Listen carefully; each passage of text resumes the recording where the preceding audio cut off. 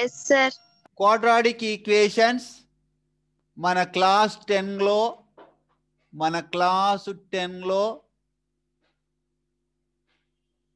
Chapter 5 class 10లో chapter 5 ఇవాళ మనం క్వాడ్రాటిక్ ఈక్వేషన్స్ గురించి తెలుసుకుందాము. ఈ క్వాడ్రాటిక్ ఈక్వేషన్స్ని ఎలా ఫ్రేమ్ చేయాలో ముందు తెలుసుకుని అప్పుడు ప్రతి ప్రాబ్లమ్ని మనం ఎలా సాల్వ్ చేయాలో నేర్చుకుందాము. Listen carefully. ఇక్కడ నేను ఎగ్జాంపుల్గా ఒక రెక్టాంగులర్ బాక్స్ తీసుకుంటాను నాన్న. నేను ఈ రెక్టాంగులర్ బాక్స్ ఎందుకు తీసుకున్నాను అన్నది మీకు ఈజీగా అర్థమవుద్ది. ఈ బాక్స్ని నేను కొంత లెంగ్త్ నేనే వాల్యూ ఇస్తాను, కొంత బ్రెడ్త్ వాల్యూ నేనే ఇస్తాను. లాస్ట్లో ఆ వాల్యూ ఎలా వచ్చిందో కూడా నేను ప్రూవ్ చేస్తాను అన్నమాట. ఇందులో ఇక్కడ నేను ఇందాక చెప్పినట్టు నా లెంగ్త్ 10 యూనిట్స్ అయితే బ్రెడ్త్ సమ్ 8 యూనిట్స్ అవుతే దీని ఏరియా 80 స్క్వేర్ యూనిట్స్ అవుతుంది. ఎందుకంటే area of rectangle is equals to length into breadth. కనుక లెంగ్త్ ఏమో మనకి 10 తీసుకున్నాను, బ్రెడ్త్ 8 తీసుకున్నాను కనుక 80 స్క్వేర్ యూనిట్స్ అవుతుంది. నేను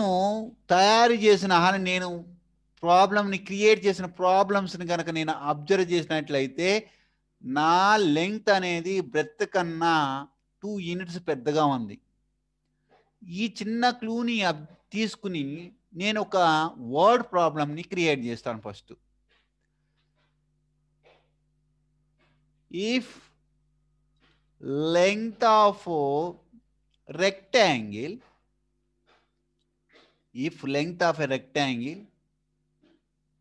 is increased breadth by increased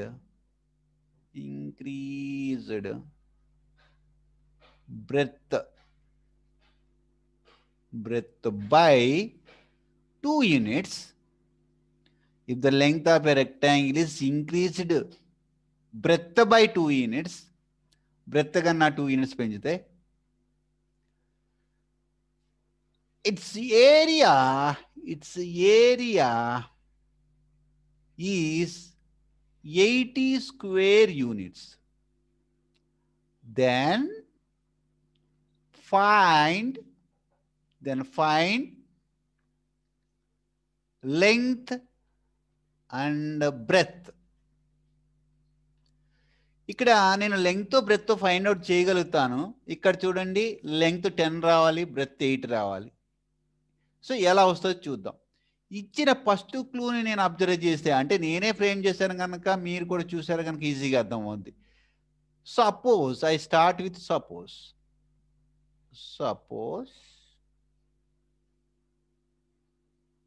length of rectangle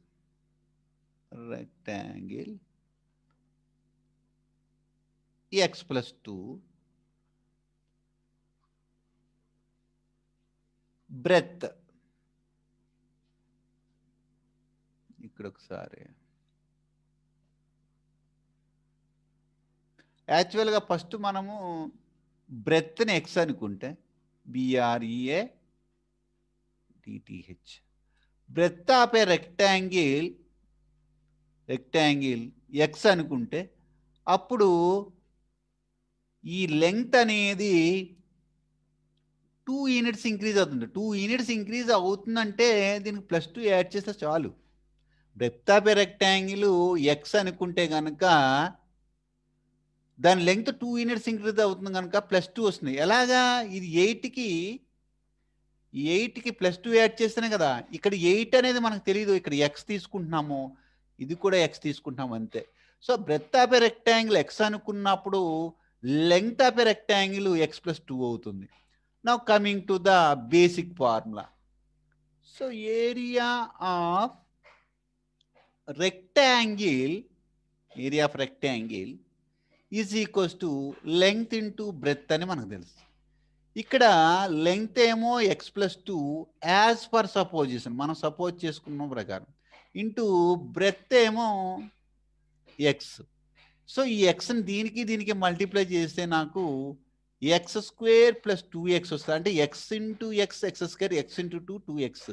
ఇక్కడ దాని ఏరియా మనము 80 తీసుకుంటే, ఎందుకంటే its area is 80 square units అని వాడు ఇచ్చాడు, అంటే మనం క్రియేట్ చేసాం. సో ఇక్కడ 80 వస్తుంది. ఈ 80ని అవతలేమో తీసుకెళ్తే ఇక్కడ 0 వచ్చి x² + 2x - 80 అవుతుంది. అంటే ఒక ఈక్వేషన్ ఫామ్ అయింది. మనం 9th క్లాస్లో స్ప్లిట్టింగ్ ఆఫ్ మిడిల్ టర్మ్ మీద బాగా ఎక్సర్సైజ్ చేసామో, అది ఎలా సాల్వ్ చేయాలో తెలుసు మనకు. అంటే ఇక్కడ నువ్వు అబ్జర్వ్ చేస్తే 1 వేరియబుల్ ఈక్వేషన్ ఉంది, కానీ సెకండ్ డిగ్రీ ఈక్వేషన్, అంటే 1 variable second degree equations are called quadratic equations. ఇది బాగా గుర్తుంచుకోవాలి. నెక్స్ట్ దీని స్ప్లిట్టింగ్ ఆఫ్ మిడిల్ టర్మ్ మీకు బాగా చెప్పాను. ఇక్కడ 18 తీసుకుని 8 10 జాగా నువ్వు రాస్తే కనుక 8 10 జార్ 80 అవుతుంది. 10లోంచి 8 తీస్తే మళ్ళీ 2 వస్తుంది. అంటే మధ్యలో ఉన్న టర్మ్ని స్ప్లిట్ చేయడం మీకు బాగా నేర్పించాను.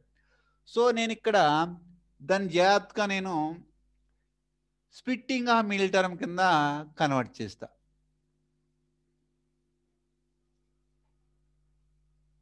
స్ప్లిట్టింగ్ ఆఫ్ మిడిల్ టర్మ్ కింద కన్వర్ట్ చేస్తా. సో ఇప్పుడు మనకు వచ్చిన ఈక్వేషన్ ఏంటంటే x² + 2x - 80 = 0. So x² as it is రాసుకుంటాను. 10xలోంచి, ఎందుకు 10x తీసుకున్నాను, 80ని నేను 8 10 జా కింద రాశాను కనుక -8x -80 = 0. మళ్ళీ 8 10 జార్ 80 ఇక్కడ సరిపోవాలి, చూసుకోవాలి, చాలా splitting of middle term very very important. ఇక్కడ x కామన్ తీస్తే ఇక్కడ ఒక x మిగిలిపోతుంది, x బయటకు వెళ్ళిపోతే ఇక్కడ 10 మిగులుతుంది. ఈ రెండిట్లో మళ్ళీ 8 is a common factor. So ఇక్కడ x మిగిలిపోతుంది, ఇక్కడ +10 వస్తుంది = 0. సో 8 × x 8x, 8 10 జార్ 80 ప్లస్ ఇంటూ మైనస్ మళ్ళీ సరిపోతుంది. మళ్ళీ మీరు అబ్జర్వ్ చేస్తే ఇందులోనూ మళ్ళీ నాకు x + 10 అనేది మిగిలిపోయింది. అప్పుడు నాకు మిగిలేది x - 8 = 0.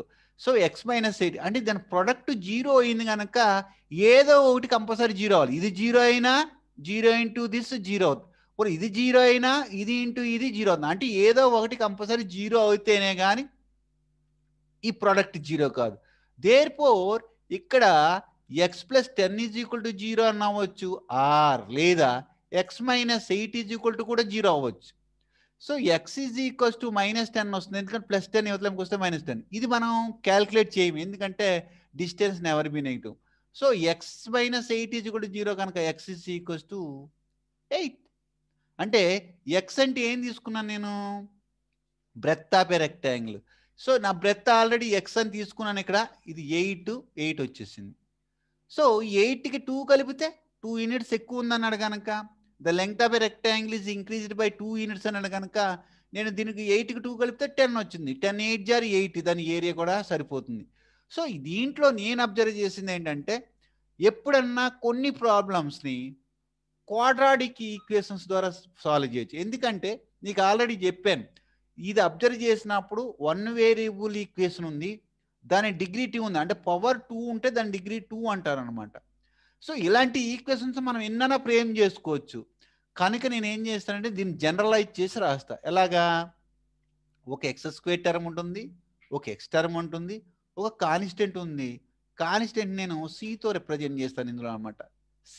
సో దీనికి ఏదైనా ఇక్కడ కోఎఫిషియంట్ 1 వచ్చింది, కొన్ని ప్రాబ్లమ్స్లో కూడా ఏదైనా 1 ప్లేస్లో 2 కూడా రావచ్చు, 3 రావచ్చు, 1/2 రావచ్చు, 1/3. అంచేత నేను ఇక్కడ ఏ ఇస్తా, ax². x కోఎఫిషియంట్ ఇక్కడ 2 వచ్చింది, సమ్వేర్ సంథింగ్ రావచ్చు కనుక b అనేది పెట్టాను, ప్లస్ c = 0. దీన్నే మనం ఇక్కడ క్వాడ్రాటిక్ ఈక్వేషన్స్ అంటాం. ఈ క్వాడ్రాటిక్ ఈక్వేషన్ ద్వారా కొన్ని ప్రాబ్లమ్స్ మనం ఈజీగా సాల్వ్ చేయొచ్చు. Very very very important formula. So s = ut + ½ at² అని ఒక ఫార్ములా మనకు తెలుసు, at². డిస్టెన్స్ ఫార్ములా మనం లాస్ట్ ఇయర్ 9th క్లాస్లో లాస్ ఆఫ్ మోషన్లో ఈక్వేషన్స్ గురించి మనం స్టడీ చేస్తే అందులో యూటీ ప్లస్ హాఫ్ ఏటీ స్క్వేర్ కనపడుతుంది. ఇక్కడ టీ స్క్వేర్ ఉంది. ఇది కూడా మీరు డిస్టెన్స్ 0 అయినప్పుడు అప్పుడు నీకు ఒక క్వాడ్రాటిక్ ఈక్వేషన్ కూడా ఫామ్ అవుతుంది. ఇలాంటి ఫిజిక్స్లో కూడా బాగా యూజ్ చేస్తూ ఉంటాం. Very very very important. ఇక్కడ a x square plus b x plus c is equal to 0 is a quadratic equation. A not equal to 0 very very important condition. A 0 అయితే మళ్ళీ ఇది లీనియర్ ఈక్వేషన్, అంచేత a not equal to 0 and a comma b comma c belongs to R. R అంటే ఏంటి? R అంటే ఏంటి? Real numbers. అది మనం ఇక్కడ రాసుకుంటాం. ఈ కండిషన్స్ని మనము కరెక్ట్గా మెన్షన్ చేస్తే అప్పుడు మనం క్వాడ్రాటిక్ ఈక్వేషన్ని మనం డిఫైన్ చేసినట్టే. సో ఫస్ట్ మనం ఇప్పుడు నేర్చుకున్నది ఏంటంటే వాట్ ఈజ్ క్వాడ్రాటిక్ ఈక్వేషన్.